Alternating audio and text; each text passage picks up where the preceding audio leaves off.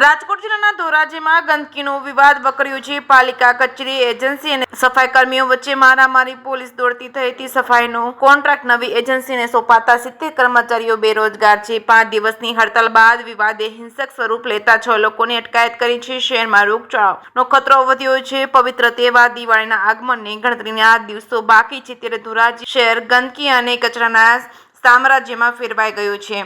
નગરપાલિકાને નવી સફાઈ એજન્સી સામે 70 જેટલા કર્મચારીઓની હડતાલ 5મા દિવસે પણ યથાવત રહી છે। આ વિવાદ હવે માત્ર ગંદકી પૂરતો સમિત ન રહેતા તેમણે હિંસક સ્વરૂપ ધારણ કર્યું હતું। આજે નગરપાલિકા કચેરી ખાતે જ નવી એજન્સીના માણસોને હડતાલ પર ઉતરેલા કર્મચારીઓ વચ્ચે ઉગ્ર બોલાચાલી બાદ છૂટા હાથની મારામારી થતા મામલો ગરમાયો હતો। પોલીસને દરમિયાનગીરી કરવાની ફરજ પડી હતી અને વિવાદે હિંસક સ્વરૂપ ધારણ કર્યું હતું। પોતાની રોજગારી પાછી મેળવવા માટે ઘર્ષણ કરી રહેલા સફાઈ કર્મચારીઓ આજે નગરપાલિકા કચેરીએ રજૂઆત કરવા માટે પહોંચ્યા હતા। તે જ સમયે નવી સફાઈ એજન્સીના કર્મચારીઓ પણ ત્યાં હાજર હતા। બંને પક્ષો વચ્ચે ઉગ્ર બોલાચાલી શરૂ થઈ હતી। જોતજોતામાં ઝપાઝપી અને મારામારીની ઘટના બની હતી। પરિસ્થિતિ વણસતા તાત્કાલિક પોલીસ કાફલો ઘટના સ્થળે પહોંચ્યો હતો। નગરપાલિકા ખાતે દોડી આવ્યો હતો અને મામલો થાળે પાડવા માટે બળપ્રયોગ કરવાની ફરજ પડી હતી। પોલીસને બંને પક્ષના કુલ 6 જેટલા વ્યક્તિઓની અટકાયત કરી હતી। પરિસ્થિતિ પર કાબુ મેળવ્યો હતો। આ ઘટનાના પગલે પાલિકા કચેરીમાં તંગદિલીનો માહોલ છવાઈ ગયો હતો।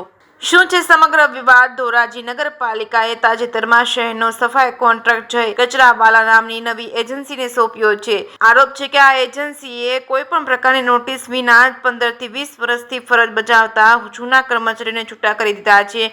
આ નિર્ણયથી 70 ઘરના ચૂલા ઠંડા થવાની નોબત આવી છે, જેના વિરોધમાં કર્મચારીઓએ અચોક્કસ મુદતની હડતાલ શરૂ કરી છે। કર્મચારી આગેવાન આશીષભાઈ જેઠવાએ આક્રોશ વ્યક્ત કરતા જણાવ્યું હતું કે જે કર્મચારીઓએ કોરોના કાળમાં પોતાના જીવની પરવા કર્યા વિના શહેરને સ્વચ્છ રાખ્યું હતું અને આજે જ કોરોના વોરિયર્સને દિવાળીના સમયે બેરોજગાર કરી દેવાયા છે। અમારી માંગણી સ્પષ્ટ છે કે તમામ કર્મચારીઓને સન્માનભેર પાછા કામે લાવવામાં આવે અને અમારી માંગણી નહીં સ્વીકારાય તો અમે ભૂખ હડતાલ જેવા ઉગ્ર આંદોલન કાર્યક્રમો આપીશું તેવું જણાવ્યું હતું। આ ગંભીર મુદ્દે નગરપાલિકાના ચીફ ઓફિસરે મીડિયાના કેમેરા સામે કોઈ પણ સત્તાવાર નિવેદન આપવાનો સ્પષ્ટ ઇનકાર કરી દીધો હતો। તેમણે માત્ર કહ્યું હતું કે બંને પક્ષો વચ્ચે સમાધાનના પ્રયાસો ચાલુ છે, પરંતુ આ પ્રયાસો ક્યારે સફળ થશે અને મારામારી જેવી ઘટનાઓ બાદ તંત્ર શું પગલાં લેશે તે અંગે કોઈ સ્પષ્ટતા કરી નથી। આમ તંત્રની નિષ્ક્રિયતાના કારણે વિવાદ વધુ વકરી રહ્યો છે। પ્રજાને તેના માઠા પરિણામો ભોગવવા પડી રહ્યા છે। જે સિંગુદતી સાથે મતીન બાપુ સૈયદ, ધોરાજી। મારું નામ આશીષભાઈ જેઠવા।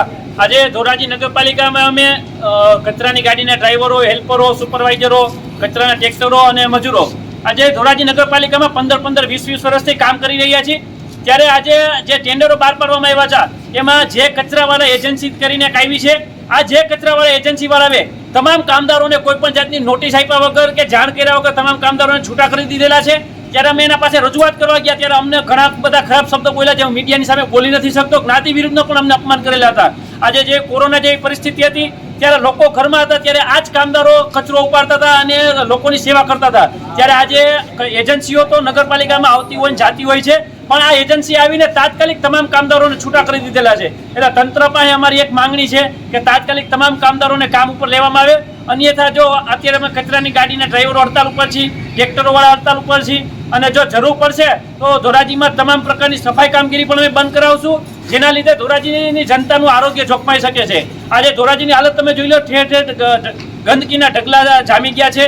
દિવાળી જેવો તહેવાર છે ને, લોકોનું આરોગ્ય જોખમાઈ રહ્યું છે। ત્યારે અમે પણ ધોરાજીની જનતાને પણ વિનંતી કરીએ છીએ કે આ તંત્ર ઉપર દબાણ કરી અને જે સ્થાનિક લોકોને છૂટા કરી દીધેલા છે એના ઉપર પરત તાત્કાલિક બધાને કામ ઉપર લેવામાં આવે। આપણે સ્વરોજગારી, આત્મનિર્ભર બનવાની વાત કરીએ છીએ, ત્યારે આત્મનિર્ભર બનવાની બદલે જે સ્થાનિક લોકો છે એને કામ ઉપરથી છૂટા કરીને પરદેશીને લઈ આવીને અહીંયા લોકો ઉપર અત્યાચાર કરી રહ્યા છે। એટલે અમારી માંગણી છે તાત્કાલિક આ લોકોને કામ ઉપર લેવામાં આવે। આશીષભાઈ, જે 70 કામદારો છે તેની રોજી રોટી આના ઉપર છે, તેનો ગુજરાન ચાલે, શું કહેશો, કેવી તકલીફ? જે 70 કામદારો છે, માત્ર 70 કામદારો નથી, આ 70 પરિવાર છે।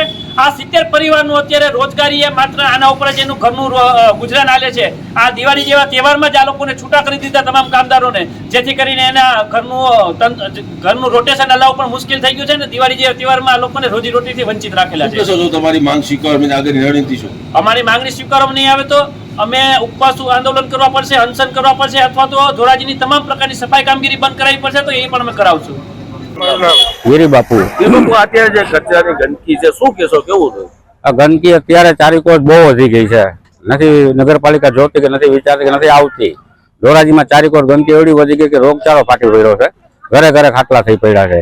નથી આવું કોઈ નથી, નગરપાલિકાને કોઈ જાય તો કઈ કરવું, સાફ સફાઈ થતી જ નથી. શું કશો દિવાળી તહેવાર નજીક આવી રહ્યા છે? હવે દિવાળીનો તહેવાર આવી રહ્યો છે, નથી ચોખ્ખાઈ કે નથી સફાઈ કઈ, અને બીમારી બહુ વધી ગઈ છે. મોદી સાહેબનું મિશન છે કે સ્વચ્છ ભારત રાખવાનું, શું કહેશો? મોદી સાહેબનો મિશન સાચો છે, એમાં નાનભાઈ ધોરાજી નામે ચોખ્ખાઈ રહેતી નથી. આ મોદી સાહેબનો મિશન સફાઈ નો હોવો જોઈએ, સફાઈ તો છે જ નહીં. શું કહેશો, શું માંગ છે તમારી? અમારી માંગ છે ધોરાજી સફાઈ રહેવી જોઈએ, ચોખ્ખાઈ રહેવી જોઈએ. અત્યારે કેવી પરિસ્થિતિ છે? અત્યારે પરિસ્થિતિ ક્યાંય નીકળાતું જ નથી. ગલી ખાચામાં રસ્તામાં બે હાથ નીકળી તો ચારેકોર ગંદકી એવડી મોટી છે.